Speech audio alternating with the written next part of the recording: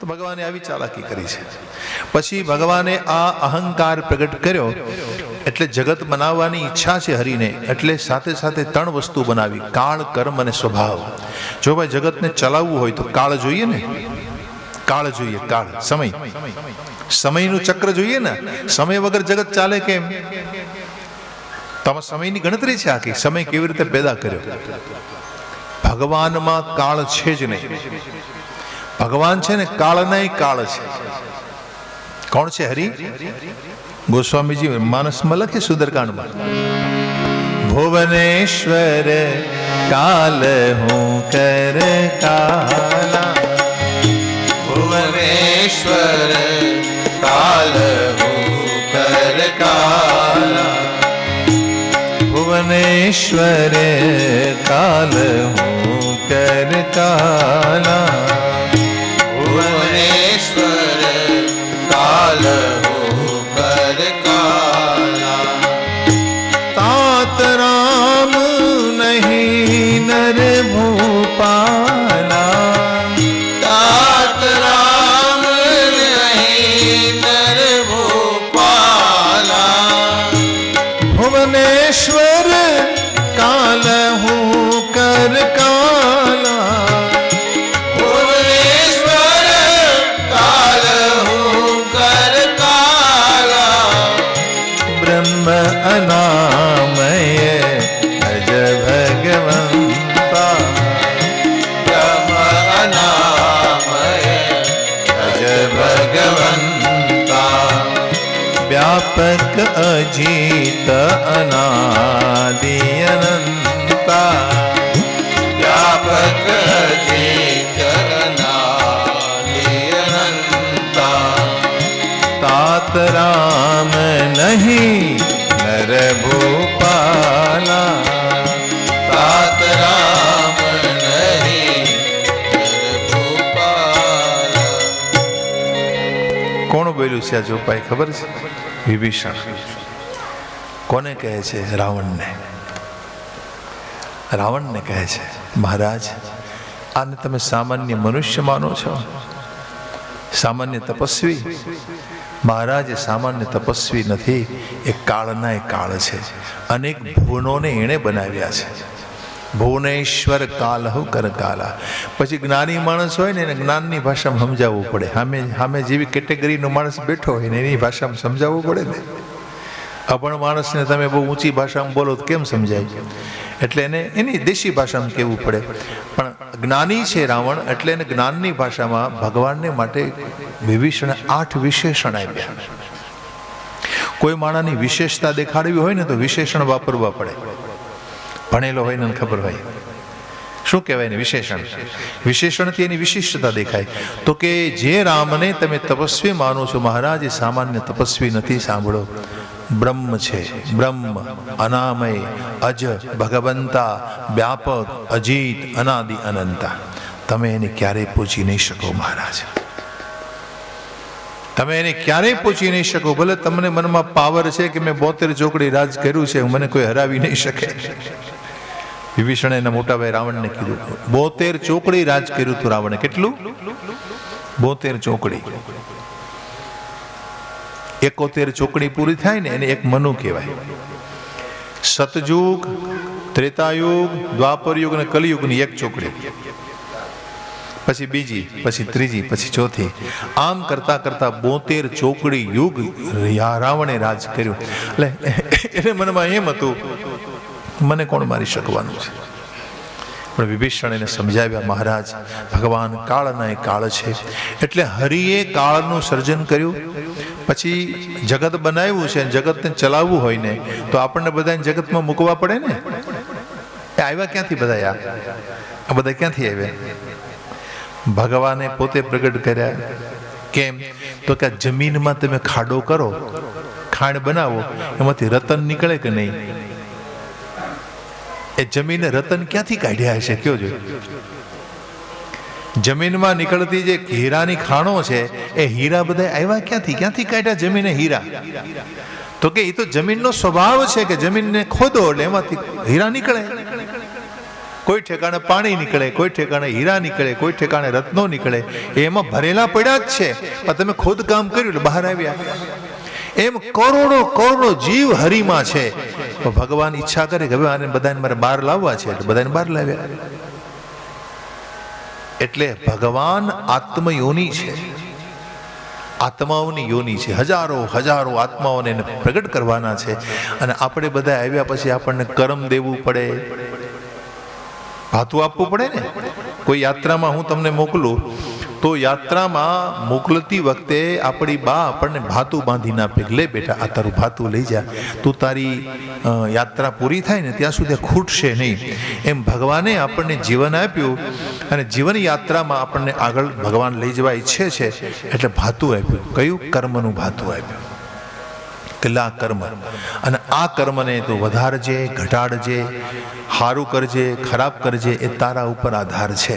પણ મેં તને ચોખ્ખું કર્મ આપ્યું, મેં મારી ચોખ્ખી કમાઈ તને આપી છે. પછી એક કમાઈને આધારે તારે ખોટી કમાઈ કરવી હોય તો હું તને રોકીશ નહીં. એ કમાઈને આધારે તારે સારી કમાઈ કરવી હોય તો હું રાજી થઈશ. જેમ બાપુજી કેમ અમુક લાખ રૂપિયા છોકરાને આપી દે, લે આ તારું ધન, હવે આમાંથી વધારો ઘટાડો તારે જે કરવું એ કર. એમ હરિએ ધન આપ્યું આપણને, કર્મનું ભાતું આપ્યું આપણને. તો આમ કાળ કર્મને સ્વભાવ બનાવ્યા અને આમ આ બધું બનાવ્યું ને મેળવી દીધું અહંકાર સાથે. એટલે અહંકારના 3 પ્રકાર થયા: સાત્વિક અહંકાર, રાજસ અહંકાર, તામસ અહંકાર. સાત્વિક અહંકારમાંથી ઇન્દ્રિયોના દેવતા પ્રગટ થઈ ગયા. રાજસ અહંકારમાંથી ઇન્દ્રિયો પ્રગટ થઈ ગઈ. 5 કર્મેન્દ્રિય, 5 જ્ઞાનેન્દ્રિય, મન, બુદ્ધિ, ચિત્ત, અહંકાર. અને તામસ અહંકારમાંથી આકાશ. આકાશને ત્યાં વાયુ, વાયુને ત્યાં અગ્નિ, અગ્નિને ત્યાં જલ, જલને ત્યાં પૃથ્વી. આ રીતે પંચભૂત, પંચ તન્માત્રા, 11 ઇન્દ્રિયો, આ બધું ભેગું થયું. આમ 24 તત્વોનું એક મોટું બ્રહ્માંડ બન્યું. એને કહેવાય બ્રહ્મનું ઈંડું. આ બ્રહ્માંડ, વિરાટ બ્રહ્માંડ ઘણા બધા વર્ષો સુધી જળમાં પડી રહ્યું. દેખો, આ હરિએ પોતે બનાવ્યું, આ હરિએ પોતે બ્રહ્માંડને પ્રગટ કર્યો. વર્ષ પુગ સહસ્ત્રાંતે તદંદમ ઉદકેશયમ કાલ કર્મ સ્વભાવસ્તો જીવો જીવમ જીવયત. આને આપણા વેદમાં શું કહેવાય? વેદ ગર્ભ, હિરણ્ય ગર્ભ. આ હિરણ્ય ગર્ભ રૂપે ભગવાન બ્રહ્માંડ રૂપે પ્રગટ થઈ ગયા. અને એવું બ્રહ્માંડ કે જેના એક એક રોમકૂપમાંથી હજારો હજારો બ્રહ્માંડ પેદા થયા છે. એ આ વિરાટ બ્રહ્માંડ રૂપે હરિ પ્રગટ થયા. એને પુરુષાવતાર કહેવાય છે. આ પુરુષાવતાર છે, આ હરિનો પેલો અવતાર છે. જો આનીમાંથી આજે સંશોધનો થાય છે, જગત બન્યું કેમ એના ઉપર વિજ્ઞાન વાતો બધી ઘણી બધી કરે છે. પણ વૈજ્ઞાનિક સિદ્ધાંત શું છે કે આ જગત કેમ બન્યું? તો કે મોટો બધો વિસ્ફોટ થયો ને જગત બની ગયું. આવું હોય કોઈ દી? વિસ્ફોટ થાય તો કઈ બને કે બગડે? કયો છે? હમણાં વિસ્ફોટ થાય છે કાયમ યુક્રેનમાં, તો બન્યું કે બગડ્યું? તમારા ઘરમાં આવીને કોઈ બોમ્બ ફોડી જાય તો શું થાય? મટી જાય ને, બધું બગડે ને. તો વિસ્ફોટ થવાથી કઈ કોઈ બને છે થોડું? જગતનું સર્જન ભગવાને વ્યવસ્થિત રૂપમાં, યાને અહમમાંથી જગત બન્યું છે. અહમમાંથી, અહમ એટલે ચેતન. વિજ્ઞાન એમ કહે છે કે ઇદમમાંથી જગત બન્યું છે. ઇદમ એટલે જડ, જડ વસ્તુમાંથી બન્યું છે. વિજ્ઞાનની માન્યતા ખોટી છે. અને આજે આના ઉપર સંશોધનો થાય છે. જો એ આપણા વેદની થિયરીને સ્વીકારી લે કે અહમમાંથી, ચૈતન્યમાંથી જગત બન્યું છે, તો એના રહસ્યો એને જડી જાય. જો હમણાં છેલ્લે લેટેસ્ટ સંશોધન તમને બતાવું, છેલ્લા થોડા સમયથી, 1 મહિના પહેલાનું સંશોધન, ઓસ્ટ્રેલિયાના વૈજ્ઞાનિકોએ શોધ કરી છે કે આ જગત જ્યારે નહોતું ત્યારે આ ભૂમિ ઉપર પાણી સિવાય કંઈ નહોતું. પાણી ही पानी था, चारों ओर पानी. હવે આ વાત તો અમારા વેદોમાં, શાસ્ત્રોમાં હજારો વર્ષથી બોલાય છે કે એને એકારણ જલ કહેવાય. જલ ही जल था और वही जल में शेषशाही नारायण शयन करते हैं. वही जल में, એ જલમાં ભગવાન શેષરાગની શૈયામાં મારા નારાયણ પોઢેલા છે. અને એ નારાયણની નાભીમાં હમણાં કમળની વાત આવશે. તો હમણાં એને સંશોધન કર્યું. બહારના વૈજ્ઞાનિકો કંઈક બોલે ને સંશોધન કરે એટલે આપણને સાચું લાગે, અને અમારા શાસ્ત્રોની વાતોમાં આપણને શ્રદ્ધા નહીં. આવી આપણી માનસિકતા છે, નબળી માનસિકતા છે આપણી. તો ભગવાન સુખદેવજી લખે છે, રાજન 1000 વર્ષ સુધી આ બ્રહ્માંડ જળમાં પડી રહ્યું, એમાં કોઈ પરિણામ ન આવ્યું, અને અંતમાં ભગવાને વિચાર્યું કે હવે મારે એનો વિસ્તાર કરવો છે, એટલે ભગવાને કણકણમાં પ્રવેશ કર્યો, બ્રહ્માંડ જીવતું થયું, અને ભગવાને વિરાટ રૂપ ધર્યું છે, અને એ વિરાટ રૂપ ધારી ભગવાનના શ્વાસમાંથી વેદની ઋચાઓ પ્રગટ થઈ ગઈ, અને વેદ મંત્રો ભગવાનની સ્તુતિ કરવા લાગ્યા.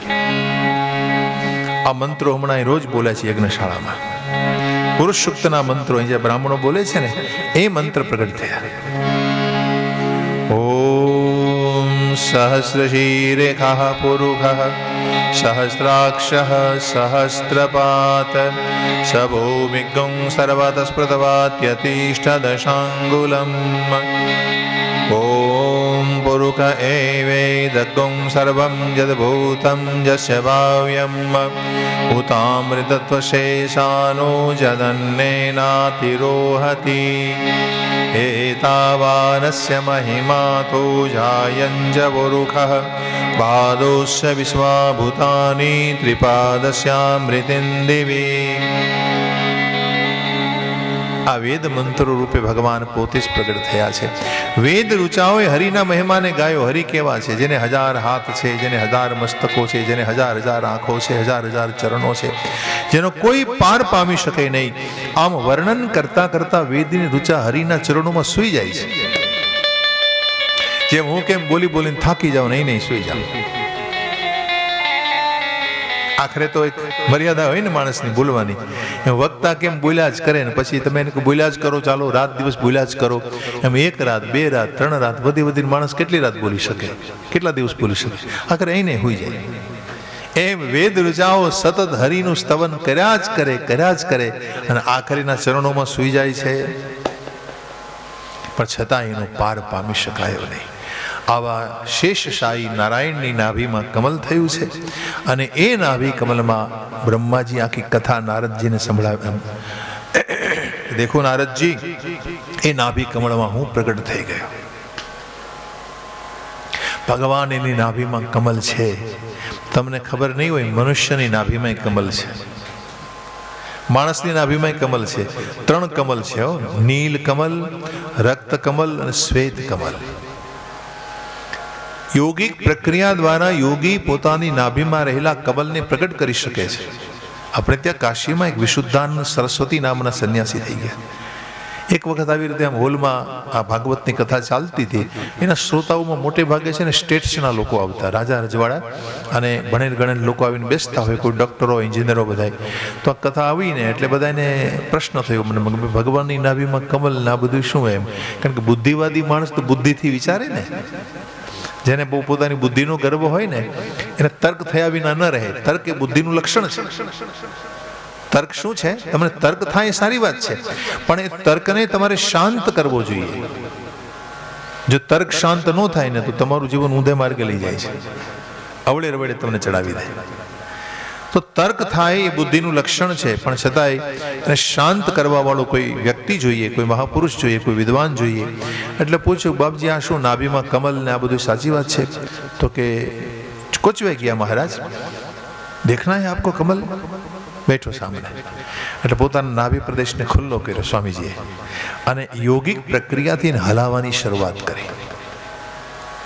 યોગિક પ્રક્રિયાથી એને નાભી કમલ જે હતું, એનો નાભી પ્રદેશ હતો, એને હલાવવાની શરૂઆત કરી. થોડી વાર થઈને તો નીલ કમળનો દાંડો બહાર આવ્યો નાભીમાંથી. કેટલાય લોકો સામે બેઠા બેઠા દ્રશ્ય જુએ છે, આંખો ફાડી ફાડીને જોઈ રહ્યા છે. એ નાભીમાંથી કમળનો દાંડો બહાર આવ્યો, અને એની માથે થોડી વારમાં કમળનું ફૂલ ખીલી ઉઠ્યું, અને એવી દિવ્ય સુગંધ આવી કે જીવનમાં કોઈ દી આવી સુગંધ લોકોએ લીધી નહોતી. એવી દિવ્ય સુગંધ. અને આ સુગંધથી ત્યાં બેસીને જોનારા જેટલા લોકો હતા એ બધાના મન પવિત્ર થઈ ગયા, પ્રસન્ન થઈ ગયા, નિર્મળ થઈ ગયા. થોડી વાર થઈ, કમળનું પુષ્પ લુપ્ત થયું, દાંડો લુપ્ત થયો. નાભી પ્રદેશને ઢાંકીને વિશુદ્ધાનંદજી બોલ્યા છે, देखा आप सबने, मेरी नाभि में कमल हो सकता है तो भगवान की नाभि में नहीं हो सकता? मनुष्य की नाभि में एक नहीं 3 कमल है। આ હમણાંની ઘટના, થોડા વર્ષો પહેલાની સત્ય ઘટના છે। વિશુદ્ધાનંદ સરસ્વતી હમણાં સુધી હતા। વિશુદ્ધાનંદ સરસ્વતીના તપોબળથી જ બનારસમાં, વારાણસીમાં હિન્દુ યુનિવર્સિટીની સ્થાપના કરી। કોણે? મદન મોહન માલવીયાજી। એ આના તપોબળનું પરિણામ હતું। વિશુદ્ધાનંદ સરસ્વતીજી કંઈ બોલતા નહીં, કોઈ ઠેકાણે જઈને બેસી જાય એટલે એની સામે રૂપિયાનો ઢગલો થાય। માનીને કોઈ કામના, કોઈ આશ્રમ બનાવવાની, આ એમ કહેવાય છે કે જ્યારે એને આ યુનિવર્સિટી બનાવવાની ઈચ્છા હતી, જ્યારે આ સંસ્થાન મોટું, એ વખતે વિશ્વરાનંદજી બસ બેસી રહ્યા। 2-4 દિવસ બેઠા ને તો સોના અને ચાંદીનો મોટો ઢગલો થયો। જેટલા જેટલા શિષ્યો આવ્યા હોય અને એને જે કંઈ ચાંદી સોનું પહેર્યું હોય ને એ બધું ત્યાં મૂકી દે। એ વખતમાં લાખો રૂપિયા ભેગા થયેલા। એનાથી આ યુનિવર્સિટીનું સર્જન થયું છે। બસ મૌન બેઠે કેવલ, બસ। તો ભજનાનંદી નિષ્કામ મહાપુરુષોને તો આ બધી સિદ્ધિઓ છે એ બિલકુલ સામાન્ય સિદ્ધિઓ હોય છે, એમાં એને કોઈ અભિમાન ન હોય। કહેવાનો ભાવ એ છે કે મનુષ્યની નાભીમાં કમલ થાય તો પછી ભગવાનની નાભીમાં કેમ ન હોય? હરિની નાભીમાં કમલ। ब्रह्मा जी ने कहा कि मैंने सोचा कि मैं कहाँ से आया, मैं ऊपर गया, कुछ अता पता नहीं लगा, नीचे गया અને મને એનો કોઈ મૂળ ન મળ્યું। એ વખતે જળમાંથી 2 અક્ષરો સાંભળ્યા મેં, ત અને પ। સ્પર્શેશુ ષોડકમેક વિંશમ। સ્પર્શ એટલે વ્યંજન, 2 વ્યંજન મેં સાંભળ્યા, ત અને પ। આમ તપઃ તપઃ 2 અક્ષરો સાંભળ્યા પછી મેં નિર્ણય કર્યો કે મારે તપસ્યા કરવી છે। અને બ્રહ્માજી કહે મેં દેવતાઓના 1000 વર્ષનું તપ કર્યો। દેખો આપણા 360 વર્ષ, દેવતાઓનું 1 વર્ષ। આપણા 360 વર્ષ અહીંયા પૂરા થઈ જાય એટલે દેવતાઓનું 1 વર્ષ કહેવાય। આવા દેવોના 1000 वर्ष સુધી ब्रह्मा जी ने कहा मैंने तप किया और मेरी तपस्या को सफल करके दर्शन देने के लिए भगवान अपने पार्षदों को लेकर मेरे सामने आ गए। नारद जी, मैंने भगवान को इन्हीं आंखों से देखा, मैंने दर्शन किया। ददर्श तत्राखिल सात्वतां पतिं श्रियः पतिं यज्ञपतिं जगतपतिं सुनंदनंद प्रबलाहणार्दिभिः। श्री राम जय राम जय जय राम। श्री राम जय राम जय जय राम। श्री राम जय राम जय राम। श्री राम जय राम जय जय राम। श्री राम जय राम जय जय राम। नंद सुनंद आदि पार्षदों विटड़ाયેલા श्री हरि मेरे सामने आए। मुख पर हास्य शोभी રહ્યું છે, કાનમાં कुंडल, हाथ में कंकण, चतुर्भुजाधारी पीताम्बर पहना है हरि ने। और भगवान के अद्भुत रूप को मैंने देखा। મારી બાજુમાં આવી અને ભગવાન ઊભા રહ્યા। મારી આંખમાંથી અશ્રુની ધારા વહી રહી છે। રોમ રોમ પુલકિત થયા। એકદમ એકદમ એકદમ જેને કહેવાય ને આહલાદિત થયો। अरे यही चरण मेरे सामने आए कि जिन चरणों में बड़े बड़े परमहंस जाना चाहते हैं। જે ચરણોમાં મોટા મોટા મહાપુરુષો જવાની ઈચ્છા કરે એ ચરણ આજે મારી સામે પધાર્યા। ભગવાને મારી બાજુમાં આવીને પ્રીતિથી એનો હાથ મને અડાડ્યો। એનો પોતાનો વરદ હસ્ત મારા માથા ઉપર મૂક્યો। પ્રિયઃ પ્રિયમ પ્રીતમના કરે સ્પૃશન। પછી મને કહ્યું, વેદ ગર્ભ બ્રહ્મા, मांग लो क्या चाहते हो, क्या चाहिए तुम्हें? तुमने मेरा बहुत दुष्कर तप किया है। तपस्याથી હું જગત બનાવું છું, તપસ્યાથી જગતનું પાલન પોષણ કરું છું, તપસ્યાથી એનો લય કરું છું। આ તપસ્યા તમે કરી છે ને બ્રહ્મા, મને વશ કરી લીધો છે। તપસ્યા એ મારું શુક્ર છે। तपस्या मेरा वीर्य है। विवरमी तपसा विश्वम वीर्यम में दुश्चरम तपः। महाराज आपने तपस्या की, मैं आप पर बड़ा प्रसन्न हूं। ब्रह्मा जी ने कहा कि प्रभु आप सब भूतों के अध्यक्ष हैं, आप मेरे नाथ है, नाथ है, नाथ है, नाथ है। 4 बार ब्रह्मा जी ने कहा। तथापि नाथ मानस्य नाथ नाथय नाथितम परावरे यथा रूपे जानियाम त्वेत्वरूपिण। जो नाथ शब्द है ने एनो बहु मोटो गहन अर्थ है। नाथ्यते इति नाथ, अर्थ्यते इति नाथ। अर्थना એટલે प्रार्थना। નિરંતર જેની પ્રાર્થના થયા જ કરતી હોય એને નાથ કહેવાય. આજે તમે જો સંસારમાં ઈશ્વરને બધા જ કોઈ પણ ધર્મનો, કોઈ પણ વર્ણનો, કોઈ પણ ભાષાનો વ્યક્તિ એ ઈશ્વરને પોતે પોતાના ભાવથી, પોતાની રીતથી એની પ્રાર્થના કર્યા જ કરતો હોય છે. ઈશ્વર તત્વ તો એક જ છે. તો મેન તમે એને બિલગ બિલગ નામ આપ્યા છે. આપણી માન્યતા અનુસાર આપણને જુદા લાગે છે, બાકી તત્વ તો બધા એક જ છે. એટલે ભગવાન સર્વની શક્તિ છે, ભગવાન સર્વનું સામર્થ્ય છે, અને આવા હરિ જ બધાયના નાથ છે. એટલે કહ્યું કે આખું જગત જેને સ્તુતિ કર્યા કરે, જેનું સ્તવન કર્યા કરતા હોય એને નાથ કહેવાય. એટલે આપણે ઋષિકેશના સ્વામીજી વારંવાર બોલ્યા કરતા, રામ સુખદાસજી, કે ભગવાનને વારંવાર કહો, મેરે નાથ મેં આપકો કભી ભૂલું નહીં. મેરે નાથ હે, મેરે નાથ આપ મેરે અપને હૈ. અને આપણા બધાનો નાથ કોઈ હોય ને તો ભગવાન છે. ભગવાન સિવાય આપણો કોઈ નાથ આ જગતમાં. આપણો સાચો પતિ કોણ? ઈશ્વર. ભગવાન આપણો સાચો પતિ છે. તો પ્રભુ આપ મેરે નાથ હૈ, आपने अपने अमोघ संकल्प से जगत को बनाया है. प्रभु मेरी समझ में नहीं आता कि कमल में मैं पैदा हो गया, कौन है मेरे पिता, आप कौन है प्रभु, आप अपना परिचय दीजिए.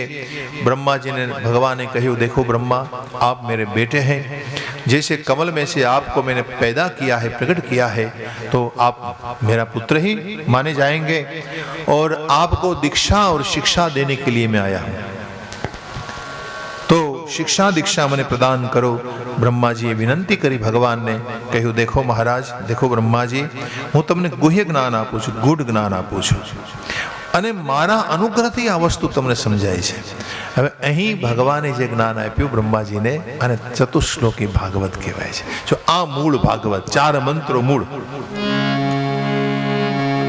આને સમજી લો ને તો ભાગવત સમજાય.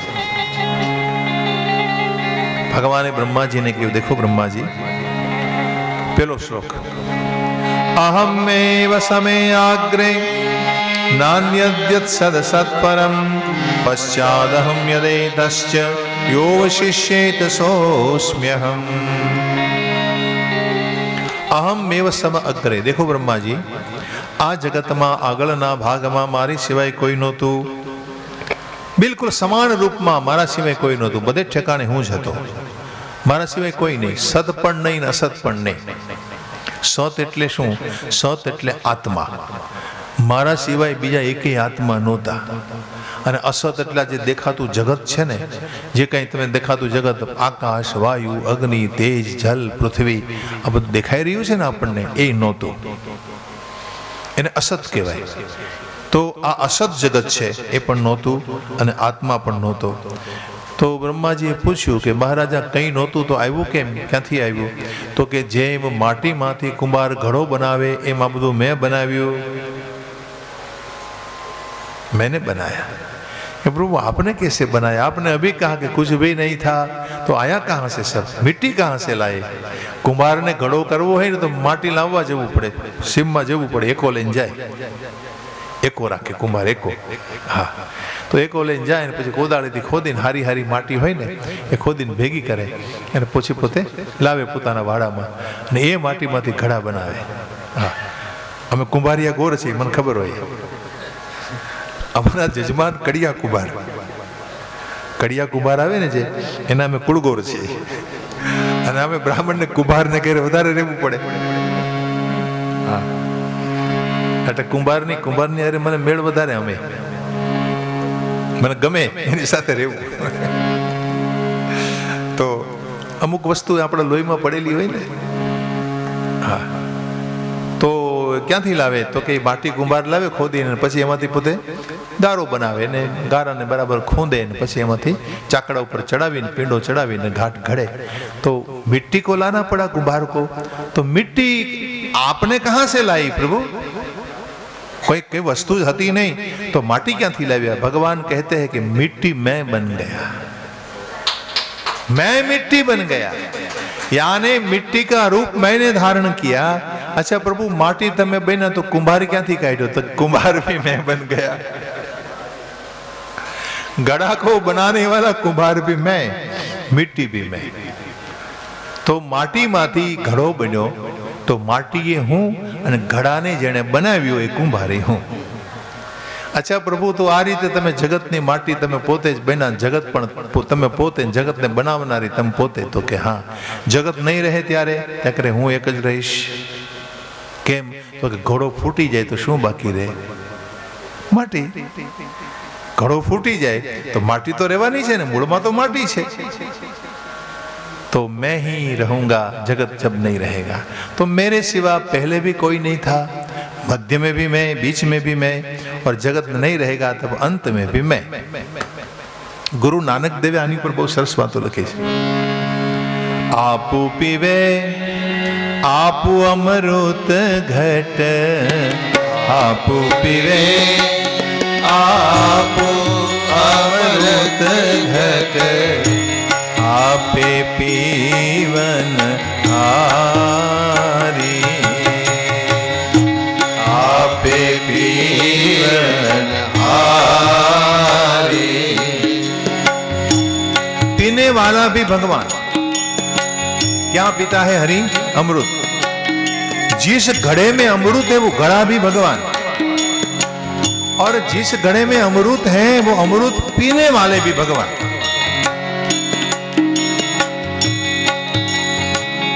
અને જેને પીવામાં આવે છે એ અમૃત, એ પણ ભગવાન. घड़ा भी भगवान, अमृत भी भगवान, घड़ा को बनाने वाला भी भगवान, और उस अमृत को पीने वाला भी भगवान ने कहा मैं. आपे ढूंढे आप ढूंढावे, आपे ढूंढे आप ढूंढावे, आपे ढूंढन हारी,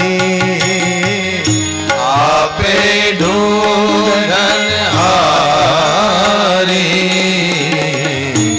आपू न खेल आपू करी देखे, आपू न खेल आप करी देखे, खेल संकोचे तब नानक हुए के, खेल संकोचे तब नानक हुए के. आपे पीवे आपू अमृत घट, आपू पीवे आप अमृत घट, आपे पीवन हारी, आपे पीवन हारी. ભગવાન કહે છે કે ઘડોય હું, અમૃતય હું, પીનારોય હું, અને મને શોધનારો હું પોતે. હું જ મને પોતાને ગોતું છું. લ્યો ક્યાં રૂપે? આ જીવ રૂપે. હું જીવ બનીને આવ્યો અને પછી જીવને કહું કે લ્યો હવે શોધો. તમે કોને શોધો છો? કહો. હું આપને પૂછું, તમે કોને શોધો છો? તમને પોતાને જ તમે પોતે શોધો છો. તમે જ આ માયાના ગૂંચવાડામાં ખોવાઈ ગયા છો. તમને ખબર નથી કે તમે ક્યાં ખોવાયા છો. એ તમારી શોધ તમે પોતે જ કરો છો. આપું ઢૂંઢે આપું ઢૂંઢાવે. હવે આપણે જ આપણને ગોતવાના છે, તો એ ગોતવામાં મદદ કોણ કરે છે? ગુરુદેવ. ગુરુદેવ કોણ? એ પણ ભગવાન. જે શોધવાનો માર્ગ બતાવ્યો આપણે કે આ માર્ગે જાઓ, આટલું આટલું કરો, આ માર્ગે તમને ભગવાન મળશે, એ માર્ગ બનીને કોણ આવ્યું? એ પણ ભગવાન. કોઈ કહે ને ધ્યાન કરો, જપ કરો, તપ કરો, પૂજા કરો, પાઠ કરો, આ બધા સ્વરૂપો કોના છે? આ હરિના સ્વરૂપ છે બધા. એ પણ હરિ, માર્ગ પણ ભગવાન, માર્ગી પણ ભગવાન છે. તમે જેને શોધી રહ્યા છો એ પણ હરિ છે. તો ભગવાન કહે છે કે મારા સિવાય કોઈ નથી. આ તો બધી મારી લીલા છે, મારો વિલાસ છે, અને મેં મારી લીલાના ભાગરૂપે જગત બનાવ્યું છે. આ બધા સંસારમાં જે છે ને એ બધા મારા પોતાના બનાવેલા છે. તો જગત રૂપે હું પોતે જ આવ્યો આ સંસારમાં. બ્રહ્માજીએ પ્રશ્ન કર્યો, બાપજી તમે જો જગત રૂપે હો તો તમે દેખાતા અમને કેમ નથી? દેખાવા જોઈએ ને. એટલે બીજા શ્લોકમાં જવાબ આપે છે, રૂતિરથમ યદ પ્રતીયેત ન પ્રતીયેત ચાત્મની તદ વિદ્યાદાત્મનો માયા યથા ભાસો યથાતમ. બ્રહ્માજી આ જગત રૂપે હું જ બનીને આવ્યો છું. જગત જગદીશ બે એક જ, પણ હું દેખાતો નથી. એનું કારણ છે કે મેં મારી માયાને વસ્ત્ર બનાવી મને ઢાંકી લીધો છે. જેમ તમે કોઈ વસ્ત્ર કેમ તમારા શરીર ઉપર ઢાંકીને સૂઈ જાઓ, પછી હું આવું ને તમને મારે શોધવા પડે ને, આ 7-8 જણા સૂતા છે, એમાં જગદીશભાઈને મારે ક્યાં શોધવા? શું બધાને મારે જગાડવા? કારણ કે માથે ઢાંકીને સૂતા છો. એમ ભગવાન કહે છે કે મેં મારી માયાના પડદાથી મને ઢાંકી લીધો છે, આવૃત્ત કરી લીધો છે, એટલે હું તમને દેખાતો નથી. દ્રષ્ટાંત આપ્યું. કેમ? તો કે જેમ વાદળું સૂરજને ઢાંકી લે એમ. વાદળું સૂરજ આડું આવી જાય, સૂરજ દેખાતો બંધ થઈ જાય, તો શું સૂરજ નથી? છે જ. વાદળને હટતાય વાર નહીં અને વાદળને બનતાય વાર નહીં. તમને ખબર છે વાદળ કોણ બનાવે? સૂરજ પોતે. સૂરજે પોતે વાદળું બનાવ્યું અને એ જ વાદળું સૂરજને ઢાંકી દે, તો સૂરજ નથી એમ કેમ કહી શકાય? એમ માયાને ભગવાન કે મેં જ બનાવી, મારી જ બનાવેલી માયા મને ઢાંકી દે છે, એટલે હું તમને દેખાતો બંધ થઈ જાઉં. એ જ રીતે તમારા હૃદયમાં હું આત્મા રૂપે બેઠો છું. એ આત્માને કોણ ઢાંકી દે છે? તો કે અવિદ્યા. અવિદ્યા એટલે ખોટું જ્ઞાન, મિથ્યા જ્ઞાન.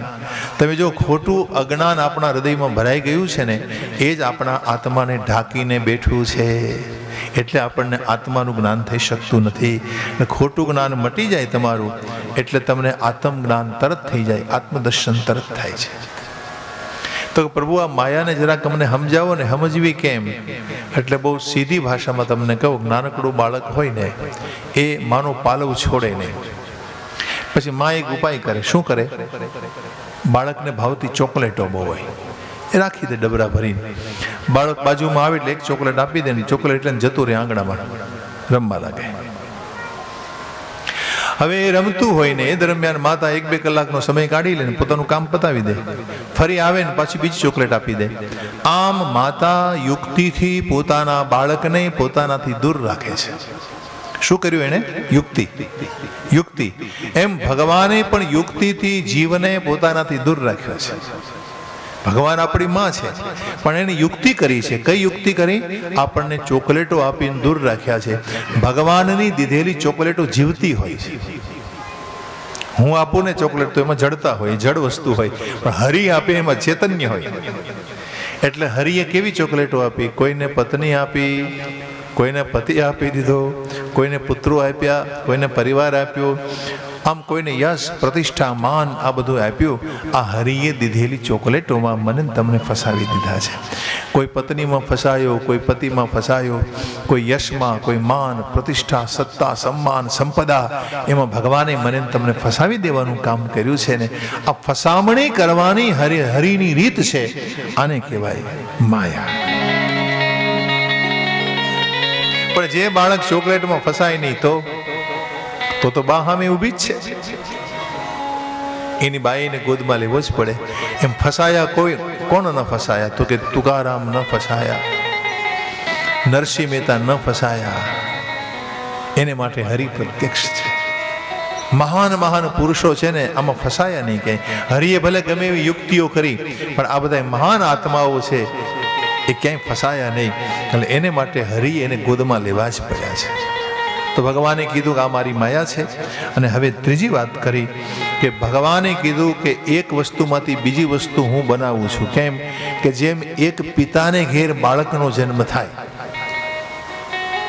તો મૂળમાં કોણ છે? પિતા. એને કહેવાય કારણ. એને ત્યાં દીકરાનો જન્મ થયો, એને કહેવાય કાર્ય. હવે એ જ દીકરો મોટો થઈને પિતા બને, એટલે કાર્ય હતું એ કારણ થઈ ગયું, એનો દીકરો કાર્ય થઈ ગયું. તો કારણ કાર્ય બને, ફરી કાર્ય કારણ બને, એને ત્યાં ફરી કાર્યનો જન્મ થાય. હવે થયું શું આમાં? કે તમારો સંતાન, તમારો પુત્ર તમારું પોતાનું સ્વરૂપ છે, તમારો જ બીજો અવતાર છે. પણ તમારું પોતાનું સ્વરૂપ હોવા છતાં પણ એ તમારાથી જુદો પણ છે, તમે એનાથી જુદા છો.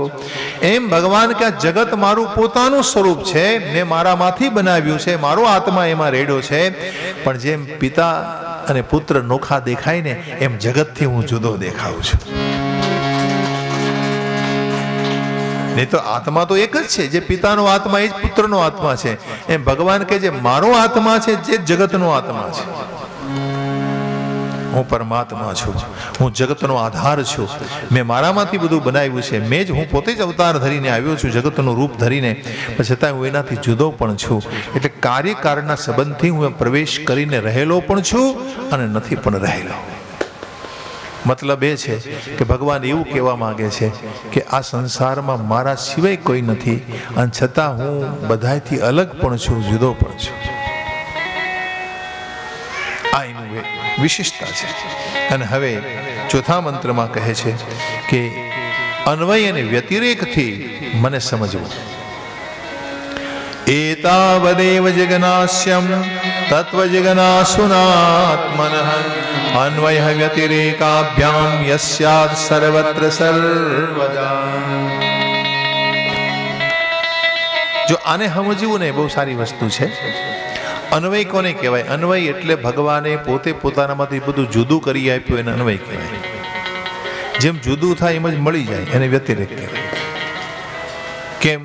તો કે ભગવાને પોતાનામાંથી 3 ગુણ બનાવ્યા, પછી મહત્તત્વ જુદું કર્યું, એમાંથી અહંકાર બન્યો, અહંકારમાંથી સાત્વિક, રાજસ, તામસ 3 પ્રકાર થયા. જુદું કર્યું ને પોતાનામાંથી. એ કથા હમણાં આવી. પછી સાત્વિક અહંકાર, રાજસ અહંકાર, તામસ અહંકાર. તામસમાંથી આકાશ, એનો વાયુ, વાયુનો અગ્નિ, અગ્નિનો જલ, જલનો પૃથ્વી. જુદું કર્યું ને. જેમ જુદું કર્યું ને એમ મળી જવાનું છે. કેમ? તો કે પૃથ્વી જળમાં મળી જવાની, જળ છે અગ્નિમાં, અગ્નિ વાયુમાં, વાયુ આકાશમાં, આકાશ તામસ અહંકારમાં, તામસ અહંકાર રાજસમાં, રાજસ છે સાત્વિકમાં, સાત્વિક અહંકાર છે એમ મળી જવાનું છે પ્રકૃતિમાં, પ્રકૃતિ પુરુષમાં. જેમ જુદું કરે એમ જ ભગવાન મેળવી દેશે. જ્યારે જગતને નાશ કરે, પ્રભુ લઈ કરે ને, દેખો પ્રભુ છે ને એ બધું કરી શકે છે. એ સર્જન પણ કરે અને લય પણ કરી શકે છે. એમાં એને નથી શોક, નથી મોહ, નથી હરખ. એ હરિની લીલાનો એક ભાગ છે. એટલે ભગવાન કે આ રીતે મેં જુદું કર્યું અને મેળવી દઉં છું. હવે બીજો અર્થ સમજો. અન્વય વ્યતિરેક એટલે શું? અન્વય કોને કહેવાય, વ્યતિરેક કોને કહેવાય, એનો અર્થ બતાવું તમને. માટીમાંથી ઘડો બને છે. માટીમાંથી ઘડો બન્યો. તમે ઘડો બનાવ્યો, ઘડાને આકાર આપ્યો. મૂળમાં તો માટી છે. તંતુમાંથી વસ્ત્ર બને છે. મૂળમાં તંતુ, પણ તંતુ બધા જોડાઈ જાય, એને વણી લેવામાં આવે, વસ્ત્ર બન્યું. મૂળમાં તંતુ છે પણ વસ્ત્રનો આકાર મળ્યો એને. એવી રીતે સોનામાંથી ઘરેણું બને છે. મૂળમાં સોનું પણ એને આકાર આપ્યો, ઘરેણું બન્યું. એમ આત્મામાંથી શરીર બને છે. એમ આત્મામાંથી, મૂળમાં આત્મા પણ આત્માથી શરીર પ્રગટ થયું છે. હવે બને છે શું કે આપણને મૂળ નથી દેખાતું, આપણને આકાર દેખાય છે. બસ શું દેખાય આપણને? તમે જો મોટા ભાગના લોકો છે ને માટી નહીં જોવે, ઘડો જોવે. ઘડો બહુ સારો છે, બહુ સારો છે. ડિઝાઇન કેટલી સરસ છે, કલર કામ બહુ સારું છે, બહુ સારો ઘડ્યો છે. કોઈએ તમને ઘડો દેખાય પણ માટી દેખાય છે નહીં. વસ્તુ તો મૂળમાં માટી છે. અને કુંભારને પૂછો તો કુંભાર માટી જુએ, એમ ટકોરો મારીને જુએ કે ભાઈ આ માટી કેવી છે. માટી સારી હોય ને તો એમાં પાણી ઠંડુ થાય, સારી માટી ન હોય તો કુંભાર માટીને જુએ, હોનાર છે ને હોનીને જુએ, સોનાને જુએ. સોની હોય ને એ ઘરેણાનો આકાર ન જુએ. ગમે એટલું સારું ડિઝાઇન વાળું ઘરેણું લઈને જાઓ પણ એને ઓલા કસોટીના પથ્થર ઉપર ઘસે ને કહે ભાઈ આ તો 18% છે, લઈ જાઓ. જો એ આકાર જોવે તો એમાં ફસાઈ જાય તો મરાઈ જાય કે નહીં? ખોટનો ધંધો થઈ જાય ને. એમ દરજીને પૂછો, તમે કાપડના વેપારીને પૂછો તો તંતુ જુએ, એ કાપડ ન જુએ. એનું તંતુ, મૂળમાં તંતુ કેવો છે. એમ સંતને પૂછો તો સંત કોઈનું શરીર ન જુએ, આત્માને જુએ. તો મૂળને ન, આકારને ન જુએ, જે મૂળને જુએ એને વ્યતિરેક કહેવાય. જો ભાઈ મૂળ વસ્તુને પકડવાની કોશિશ કરો છો, મૂળ જે વસ્તુ હોય એને પકડો, છે ઓરિજિનલ વસ્તુ હોય એને પકડો, પરંતુ તમે મૂળને પકડો ને આકારમાં ફસાઈ જાઓ, એને કહેવાય અન્વય. આજે તમે જો મોટા ભાગના લોકો છે ને આકારમાં ફસાયા છે. આપણને આકાર જ દેખાય, આપણને કોઈનો આત્મા દેખાય છે, શરીર દેખાય. લ્યો શરીર દેખાય આપણને. એટલે તમે આકારમાં ફસાયા છો. ઘણા લોકો ઘરેણામાં ફસાયા છે, ઘણા લોકો વસ્ત્રોમાં ફસાયા, ઘણા લોકો ગળામાં ફસાયા, ઘણા શરીરમાં ફસાયા છે. એટલે આકારને જે જુએ છે એ એમાં ફસાય છે, પણ જે મૂળને પકડે કે શરીર નથી, તમે આત્મા છો. સંત આત્મદર્શન કરે છે. સોની છે એ મૂળમાં સોનું તપાસે છે, કાપડનો વેપારી છે એ મૂળમાં તંતુ જુએ છે, અને કુંભાર છે ને મૂળમાં માટી જુએ છે કે અસલ વસ્તુ કઈ છે, આમાં મૂળ વસ્તુ કઈ છે. તો દ્રષ્ટિ બદલવાની છે. આમાં ચોથા મંત્રમાં એ ભાવ કયો ભગવાને બ્રહ્માજીને કે હે બ્રહ્માજી, આ આખા જગતને તમે આકાર દેવાના છો, તમે પ્રજાપતિ છો. બ્રહ્માજી કોણ છે? પ્રજાપતિ છે. પ્રજાપતિ કહો, પ્રજાપિતા કહો, જે કહેવો તે. તો પ્રજાપતિનું કામ તમે કર્યું છે, સર્જન તમે કરો છો. ઘડા બધા તમે બનાવ્યા છે, અને તમારા બનાવેલા ઘડા છે એમાં તમે મોહ નહીં કરતા મહારાજ, આકારમાં ફસાતા નહીં. તમે મને એમાં જોજો. મને આત્મા રૂપે હું દરેકમાં હું જ રહેલું છું. તમે એમાં મને જોજો. તો તમે મને નહીં જુઓ તો તમારે રડવું પડશે. હાય મારા બેટા ચલા ગયા, હાય મેરા પોતરા ચલા ગયા. અરે ભાઈ, આકાર તો ફૂટ્યા જ કરવાના છે. આ ઘડાઓ જેટલા બને છે ને એ બધા મટવાના જ છે. વસ્ત્રો જેટલા બને છે બધા ફાટવાના જ છે. ઘરેણા જેટલા બને છે ને બધા ઓગળવાના જ છે. શરીરો બધા મટવાના જ છે, કારણ કે શરીરનો ધર્મ છે મટવું. તો આ બધું મરવાનું છે, આ નશ્વર છે. તમે જેને આકાર આપો છો એ બધું મટી જવાનું છે. મટતું નથી કોણ? કે મૂળ વસ્તુ મટતી નથી. યાને આત્મા નહીં મરતા. ઘડા ફૂટ જાતા હૈ, મિટ્ટી તો રહેતી હૈ, ગહેના ગલ જાતા હૈ. ઘરેણાને તમે ગાળી નાખો છો, અસલમાં સોના રહેતા હૈ. વસ્ત્ર ફાટી જાય છે, તંતુ રહે છે. तो मूल वस्तु ने जो तमे, यानी मेरे सिवा कोई नहीं है, बस मुझे ही सब में देखो, मैं हूँ संसार में. भगवाने आ दृष्टि આપણને આપી છે. આ ચોથો શ્લોક છે.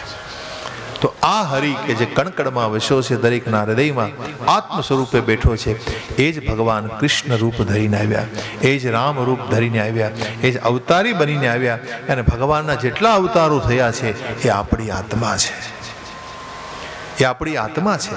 એટલે તમે જો હરિના કોઈ પણ રૂપનું તમે ધ્યાન કરો, તમને તમારા આત્માનું દર્શન થાય, કારણ કે ભગવાન સર્વની આત્મા છે. આ ચતુશ્લોકી ભાગવત કહ્યું. અને આ ચતુશ્લોકી કયા પછી દેવર્ષિ ભગવાન સુખદેવજીએ દેવર્ષિ નારદજી કહે છે, સુખદેવજી પરીક્ષિત રાજાને કે દેવર્ષિ નારદજીને બ્રહ્માજીએ જ્ઞાન આપ્યું. આ 4 મંત્રોનું જ્ઞાન છે એ બ્રહ્માજીએ નારદજીને આપ્યું, નારદજી ભગવાન વ્યાસને આપ્યું. અને ભગવાન વ્યાસ નારાયણે આ 4 મંત્રોને આધારે ખૂબ તપ કરી અને એને ભાગવતનું સર્જન કર્યું છે. મહારાજ આવું આ ભાગવત 10 લક્ષણોથી યુક્ત છે. એમાં 12 સ્કંદ છે, 10 લક્ષણ છે. 10 લક્ષણ ક્યાં છે એ સાંભળો. અત્ર સર્ગો વિસર્ગશ્ચ સ્થાનમ પોષણમૂતય મનવંતર ઈશાનું કથા નિરોધો મુક્તિરાશ્રયઃ નિરોધો મુક્તિરાશ્રયઃ. જો ભાગવતનો પહેલો સ્કંદ અધિકાર લીલા છે. અધિકારી જીવ કેવા હોય, કોણ સાંભળવાના અધિકારી, કોણ કહેવાના અધિકારી, એની ચર્ચા કરી. એ અધિકાર. બીજો સ્કંદ અત્યારે જે ચાલી રહ્યો છે અને સાધન લીલા કહેવાય. આમાં સાધના કેમ કરવી જોઈએ એનું માર્ગદર્શન આપ્યું છે. સાધકના લક્ષણો આપ્યા છે, સાધનાનો પ્રકાર બતાવ્યો છે. એમાં શરૂઆતના જે 4 અધ્યાયો છે એના 2 પ્રકરણો બતાવ્યા છે.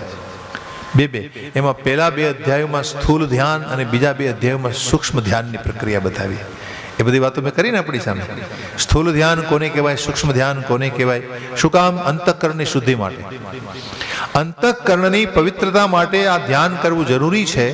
અને પછીના જે આ બીજા સ્કંદના 6 અધ્યાયો છે એ 6 અધ્યાયોમાં મનનનો મહિમા બતાવ્યો છે.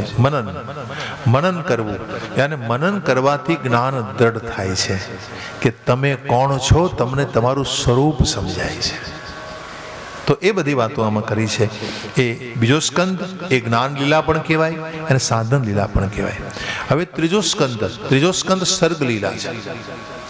સર્ગ, ચોથો સ્કંદ વિસર્ગ, 5મો સ્થિતિ લીલા, 6ઠ્ઠો સ્કંદ એને પોષણ લીલા કહેવાય, 7મો સ્કંદ છે એને ઉતિ એટલે કર્મ વાસના. એને કેમ મટાડવી એનું વર્ણન છે એમાં. 8મો સ્કંદ મન્વંતર લીલા, 9મ ઈશાનુ કથા, 10મ સ્કંદ નિરોધ લીલા, 11 મુક્તિ અને 12મો આશ્ચર્ય લીલા છે. આ રીતે 10 લક્ષણ વાળું ભાગવતજી છે. ભાગવતજી સંપૂર્ણ ઠાકોરજીનું સ્વરૂપ છે. ભગવાનના 12 અંગો છે અહીંયા. અને આ રીતે આ બીજો સાધન લીલાની આ કથા છે. બીજો સ્કંદ ભગવાનને ચરણે મૂકી અને હવે આપણે તૃતીય સ્કંદમાં પ્રવેશ કરીશું. સવારમાં તમને 3 કલાક બોલવાનો મોકો આપ્યો ને એટલે આ કથા થોડીક વિસ્તારથી થાય છે, નહીં તો મારે ભાગવું પડે. સવારમાં તમે બરાબર મને સમય આપી દીધો 3 કલાકનો પૂરો. મોટે ભાગે શું થાય કે તમે વાંચતે ગાતે બધું કરવામાં બપોર વગાડી દો, 11 વાગ્યા પછી તો 1 કલાકનો ટાઈમ મારી પાસે રહે નહીં. એટલે પછી માતમ આ બધી કથા પાછળ ખેંચાતી જાય. કથામાં આનંદ આવે છે કારણ કે તમે મને અવસર આપ્યો. હા હા, એટલે બધું આમ સરસ વ્યવસ્થિત રીતે કહી શકાય. બધું બોલું ઉતાવળ કરવી પડે, જલ્દી જલ્દી બોલવું પડે, તમને સમજાય નહીં ક્યારેક. હા, તો બીજો સ્કંદ અહીંયા પૂરો થાય છે અને હવે તૃતીય સ્કંદનો આરંભ થાય છે. એવમેતદ પુરા પૃષ્ટો મૈત્રેયો ભગવાન કિલ ક્ષત્રાવનમ પ્રવિષ્ટેણ ત્યક્ત્વા સ્વગૃહી મૃદ્ધિમ્રત. પરીક્ષિત રાજાને કહે, સુખદેવજી, હે મહારાજ, હવે હું આપને સર્ગ લીલાની કથા સંભળાવું છું. સર્ગ કોને કહેવાય? સર્ગ એટલે સર્જન. ભગવાને પોતે પોતાનામાંથી જે સર્જન કર્યું, હરિનું સર્જન અતિ અદ્ભુત છે, વિલક્ષણ છે, સુંદર છે. મનુષ્યનું સર્જન વિનાશકારી હોઈ શકે પણ ભગવાનનું સર્જન વિનાશકારી ન હોય.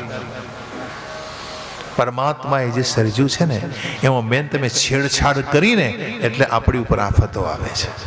તો કે ભગવાને પહાડ બનાવ્યા, પહાડને તમે કાપ્યા શું કામ? પછી એ તમારો રોડ, અમે પહાડને કાપીને રોડ બનાવો તો પછી એ રોડ ઉપર પહાડ ધસવાનો છે. ઝાડવાને કાપ્યા શું કામ?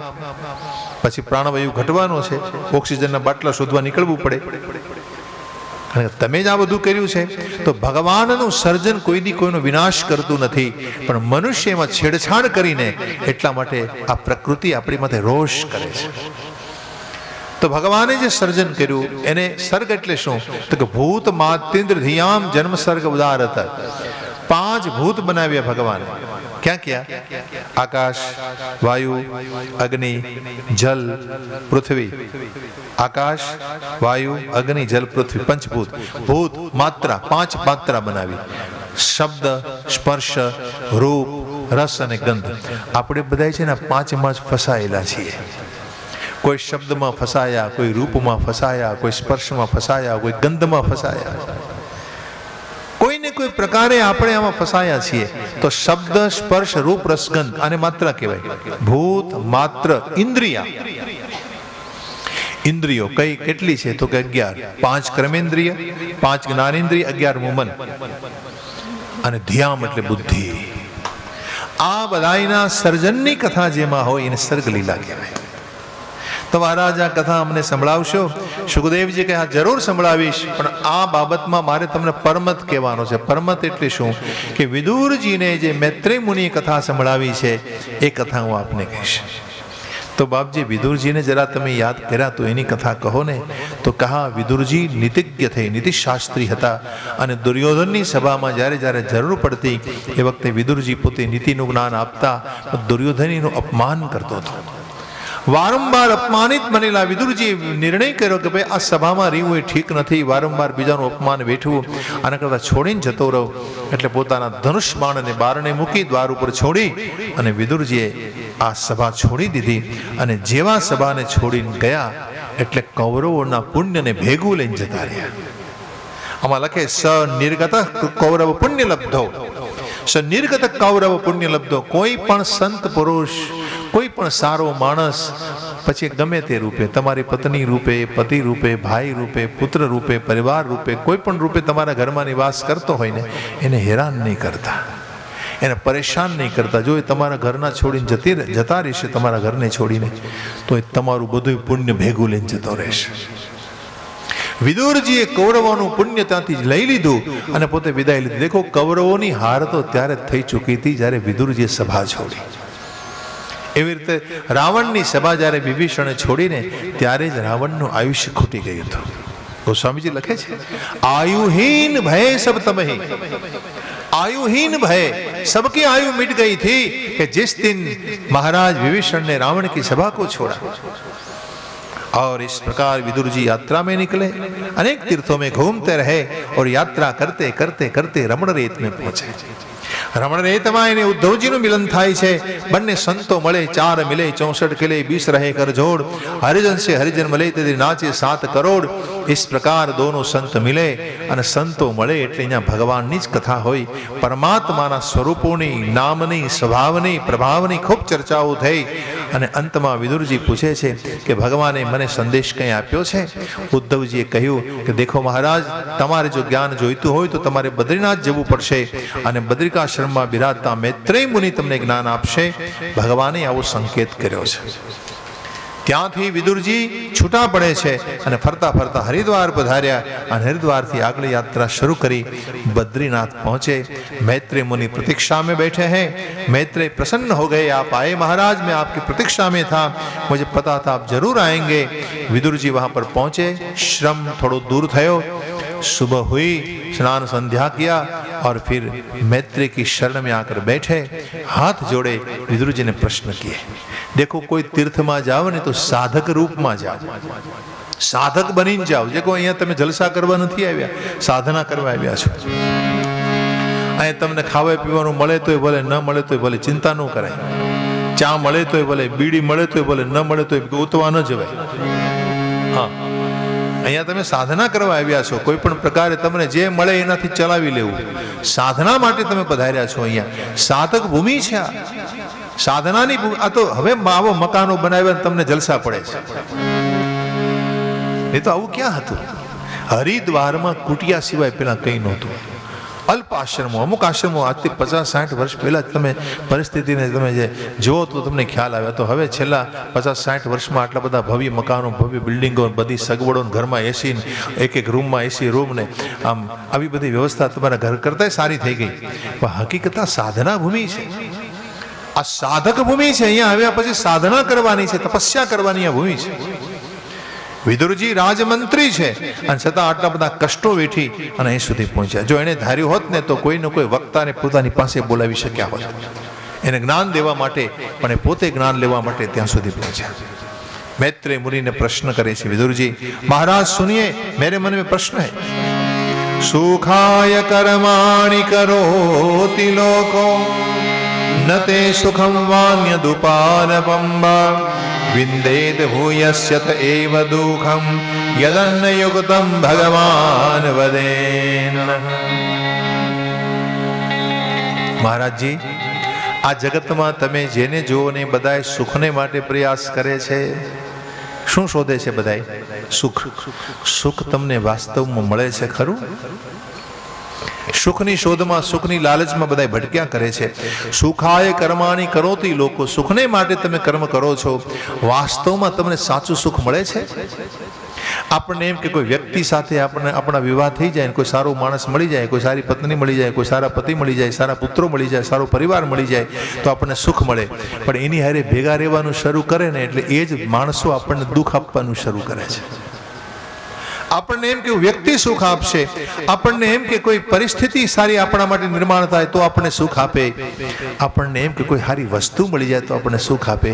પણ આમાંનું ક્યાંય સુખ નથી ભાઈ, નથી વ્યક્તિમાં, નથી વસ્તુમાં, નથી પરિસ્થિતિમાં। જો ભાઈ સુખ ક્યાં છે? સુખ તમારા આત્મામાં છે। જો ભાઈ બહાર સુખ હોય ને તો હું તમને એક દાખલો આપું કે તમે આખો દિવસના થાક્યા હો, પછી તમારા ઘરમાં આવો અને ઘરમાં આવીને નાના બાળકો તમને પરેશાન કરતા હોય તો શું કહેશો? શાંતિ લેવા દે ને ભાઈ, કહેશો ને? શાંતિ લેવા દે ને। શાંતિ તમારી માંગ છે મેરે ભાઈ બહેન, સુખ તમારી માંગ છે, આનંદ તમારું સ્વરૂપ છે।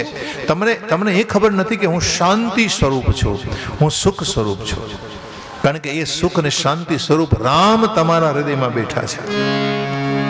ગોસ્વામીજી બોલ્યા છે માનસમાં, સો સુખ ધામ રામ અસનામા, સો સુખ ધામ રામ અસનામા, અખિલ લોકદાયક વિશ્રામા, અખિલ લોક રામા જો આનંદ સિંધુ સુખ રાશિ જો આનંદ સિંધુ સુખ રાશિ શિખર ત્રૈલોક સુપાસી શ્રી કરતે લોક સુપાસી સો સુખ ધામ રામ યશ નામા સો સુખ ધામ રામ તમે સુખના ધામ શાંતિના સાગર છો, આનંદના સિંધુ છો. આ બધું તમારા પોતાના હૃદયમાં જ ભરેલું છે, પણ તમારી પોતાની સાચી માંગ શું છે એ જ તમને ખબર નથી. तो कहने का भाव सुख कहाँ है भला? वस्तु में नहीं है, व्यक्ति में नहीं है, परिस्थिति में नहीं है. अगर होता तो मिलता नहीं, लेकिन नहीं मिलता. કેમ? તો કે તમે આખો દિવસના થાક્યા હો, રાત્રિના સૂઈ જાઓ અને સૂતા પછી સવારમાં ઉઠીને પહેલા શું બોલો? આ હા સુખથી સૂતો, આજે સુખ સે સોયા, આ હા બહુ સુખ મિલા સોને મેં. પછી એને પૂછું તમે સૂતા હતા ત્યારે તમારી યાર કોણ હતું? કોઈ વ્યક્તિ હતી, કોઈ વસ્તુ હતી, કોઈ પરિસ્થિતિ હતી? આમાંનું કંઈ નહોતું. તો તમને જે સુખ મળ્યું, તમને આનંદ મળ્યો, ક્યાંથી આવ્યો? તમે જ કહો કે આજ સુવામાં મને બહુ આનંદ આવ્યો, મને બહુ સુખ મળ્યું, આ હા હા એવી રાત્રિ સરસ મીઠી નીંદર આવે. એક નીંદરથી હવાર પડી ગયું. તો આટલું બધું સુખ તમને મળી ગયું, કોણે આપ્યું સુખ તમને? અંદરના આત્માએ તમને સુખ આપ્યું. તમે સુખ સ્વરૂપ છો. દેખો, નથી વ્યક્તિ સુખ આપતો, નથી વસ્તુ સુખ આપતી, નથી તમને કોઈ પરિસ્થિતિ સુખ આપતી. તમે પોતે જ સુખ સ્વરૂપ છો. તો यही पूछा विदुर जी ने कि महाराज ये सुख कहाँ से मिले? અને મોટા ભાગના લોકો છે ને એનું મન ક્યાં છે? ગ્રામ્ય સુખમાં લાગ્યું. ગ્રામ્ય સુખ એટલે વિષય સુખ. વિષયના ભોગની વસ્તુને ગોતવા માટે જ આ જગતમાં લોકો ભટક્યા કરતા હોય છે. મહારાજ, આ દુઃખ મટે ક્યાંથી આવા લોકોનું? આ દુઃખની નિવૃત્તિ કેમ થાય? તો કે દુઃખની નિવૃત્તિ માટે બે વસ્તુ જોઈએ. એક વૈરાગ્યની તીવ્ર વૈરાગ્ય જોઈએ જીવનમાં, વૈરાગ્યની પ્રધાનતા અને જ્ઞાનનું બળ. તમારા જીવનમાં વૈરાગ્યને તમે જો પ્રમુખ નહીં, સ્થાન નહીં આપો અને જ્ઞાન નહીં હોય જીવનમાં, તો તમને સુખ ક્યારેય નહીં મળે. મહારાજ, આ બે વસ્તુ બહુ જરૂરી વસ્તુ છે. આવું મને સમજાયું છે, તો મારે જરાક તમારા મુખેથી સાંભળવું છે. એટલે વિદુરજીને કહે છે મૈત્રેય કે તમે મને સારો મોકો આપ્યો મહારાજ, મને ખબર છે તમે કોણ છો. વિદુરજી કોણ હતા ખબર છે? યમ ધર્મના અવતાર હતા. યમરાજાનો અવતાર છે વિદુરજી. આમાં એનું ચરિત્ર આપ્યું છે કે વિદુરજીને શ્રાપ થયો તો માંડવી ઋષિનો. વિદુરજીને યમના રૂપમાં જ્યારે વિદુરજી હતા, યમરાજાને શ્રાપ થયો માંડવી ઋષિનો, એટલે યમરાજાને વિદુર બનીને આવવું પડ્યું છે. બાકી હકીકતે યમરાજા છે, યમ ધર્મનો. કથા એવી છે કે માંડવી ઋષિને અમુક રાજા, એક કોઈ રાજવી હતા, તો એને પકડી જાય છે એના સિપાહીઓ અને શૂળીએ ચડાવી દીધા. શૂળીએ ચડાવવા જાય ને ત્યારે કીધું રાજાને, દેખો મહારાજ, મારે જરાક યમરાજાને પૂછવા જવું છે. એટલે યમરાજાને એટલી વાર થોભી જાઓ તમે, એટલે પોતાના યોગ બળથી યમલોકમાં પહોંચ્યા અને યમરાજાને પૂછ્યું, મહારાજ, આ મને શૂળીએ ચડાવવા માટે નીચે પૃથ્વી ભૂતળ ઉપર આ વ્યવસ્થા તમે કરી છે, ક્યાં અપરાધને કારણે તમે મને શૂળી આપી?